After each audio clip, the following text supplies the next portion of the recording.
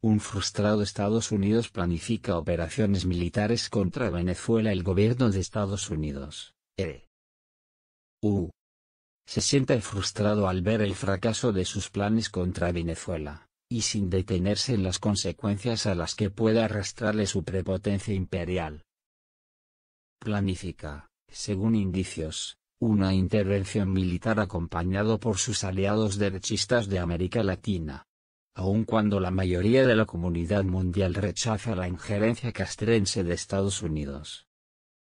En la nación suramericana, en los últimos días reuniones de la cúpula de Washington, la gira del secretario de Estado Michael Pompeo a 4 países de la región, y la posterior reunión del contrarrevolucionario Grupo de Lima indican que a los enemigos de la revolución bolivariana y de su líder, el presidente Nicolás Maduro, se le están acabando lo que denominan opciones para derrocarlo. Desde hace 20 años, las administraciones norteamericanas han conspirado contra el proceso denominado por Caracas socialismo del siglo XXI. Fundado por el finado presidente Hugo Chávez Frías, contra quien desplegaron incluso un golpe de Estado en 2002, que fracasó en menos de 72 horas. Tras la muerte de Chávez el 5 de marzo del 2013, el triunfo electoral de Maduro poco después, y luego de la asunción del ultraderechista Donald Trump, Estados Unidos despliega una vertiginosa arremetida económica, financiera y psicológica contra el gobierno y el pueblo bolivariano, que rebasa los límites de la racionalidad política. Apoyado por los medios hegemónicos de gran influencia, el gobierno imperial crea matrices de opinión contra Maduro e impone una guerra no convencional a un país que, con su resistencia, es paradigma para los pueblos de América Latina. Quiere para sí como botín la mayor reserva petrolera del planeta, además de yacimientos de oro, diamantes y otros recursos existentes en suelo venezolano. Además de eliminar el peligro que para los imperialistas significa tal ejemplo, con reservas del crudo solo para los próximos 69 años, le conviene salirse de las guerras provocadas con mentirosas contra naciones petroleras a miles de kilómetros de distancia de su territorio, cuando tiene casi al alcance de su mano en Venezuela importantes riquezas. El gobierno y el pueblo venezolanos demuestran un coraje, y una resistencia solo comparable a la de los cubanos, que sufren desde hace 60 años el bloqueo económico, comercial y financiero impuesto por Estados Unidos para tratar de matarlos de hambre y enfermedades. Pero ahí sigue la revolución cubana dando lecciones de moral, aun cuando Trump y su equipo le han impuesto nuevas sanciones bajo la amenaza de acabar con el socialismo en Latinoamérica. Además de que le molesta a su ego la colaboración desinteresada entre los dos estados soberanos. Estados Unidos está consciente de que su invento de un presidente interino, el exdiputado Juan Guaidó, es un fracaso. Con escaso respaldo de la oposición, fabricado por los estrategas de la Casa Blanca, este individuo brinda pobres resultados a quienes pensaron que lo seguiría una mayoría de venezolanos agobiados por la escasez de productos de primera necesidad, causada, más que todo, por el robo descarado de más de $30.000 millones a Caracas depositados en bancos norteamericanos. La posibilidad de mover tropas hacia Venezuela, o utilizar los ejércitos de Brasil y Colombia para movilizarlos a través de las fronteras comunes cobra fuerza. A la cúpula estadounidense le preocupa, además, que poderosas naciones como Rusia y China, no solo ayudan materialmente al gobierno de Caracas, sino que han advertido públicamente, como dijo el vocero de la Cancillería china, que Venezuela no es una provincia de Estados Unidos ni aceptarán una invasión militar en su contra. Sin embargo, si algo nunca ha admitido el poder imperial es la derrota, incluso, luego de vivir la experiencia de Vietnam, de donde salieron huyendo de la fuerza y la inteligencia de una nación soberana a la que no pudieron aplastar a pesar de su superioridad en número de equipos y soldados. El pasado día 10, y con el auspicio del Centro de Estudios Internacionales y Estratégicos, hubo una reunión en Washington para evaluar el uso de la fuerza militar en Venezuela, en la que participaron, entre otros, el jefe del Comando Sur, Curtiz, miembros de la Embajada de Brasil y Colombia y antiguos funcionarios de organismos vinculados con el Departamento de Estado, el Consejo Nacional de Inteligencia y el Consejo de Seguridad Nacional.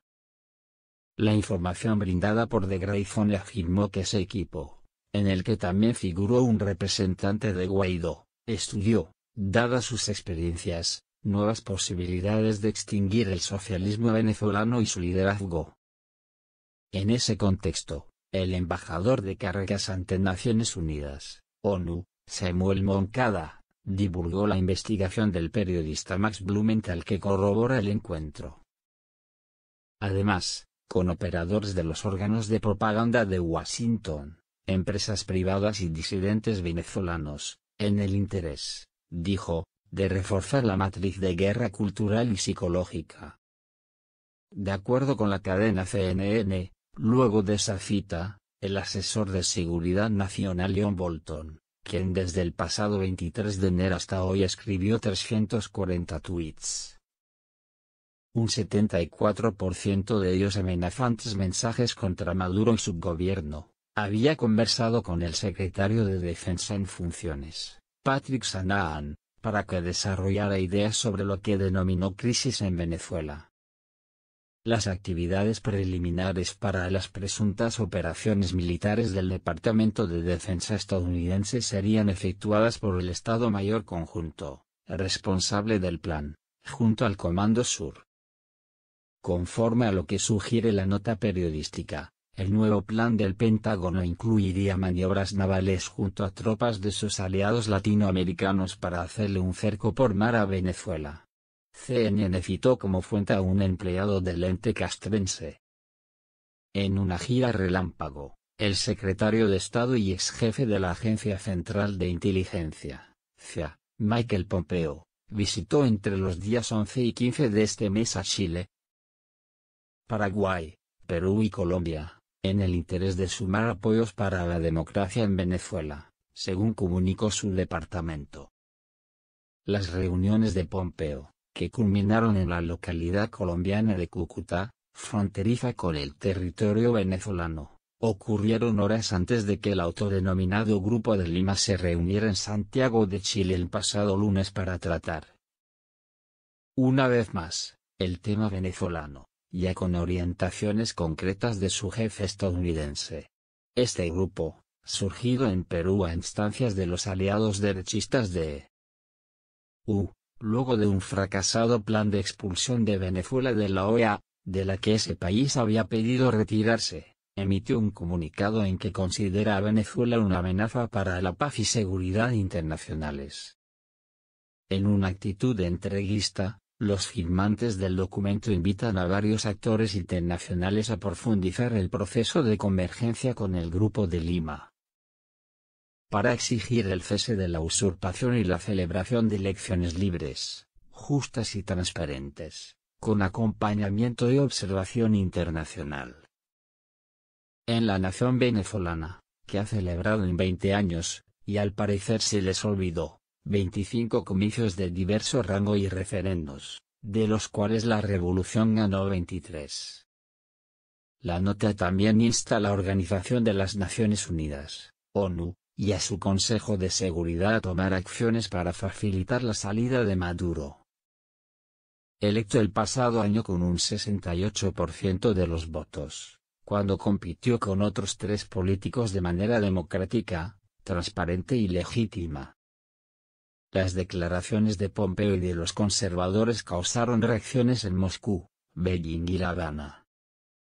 El secretario de Estado había alertado a sus socios suramericanos de la falsa amistad de los rusos y chinos en América Latina. Rusia calificó de inadmisibles tales acusaciones, mientras China las llamó calumnias y provocación deliberada. El presidente cubano, Miguel Díaz-Canel Bermúdez, se refirió en su cuenta en Twitter a la reunión de Santiago, nuevamente siguen las instrucciones perversas de los Estados Unidos. Ante las nuevas sanciones de Washington contra Cuba, Díaz-Canel ha asegurado que su país responderá con dignidad a la doctrina Monroe que el gobierno de Trump intenta imponer de nuevo en América Latina.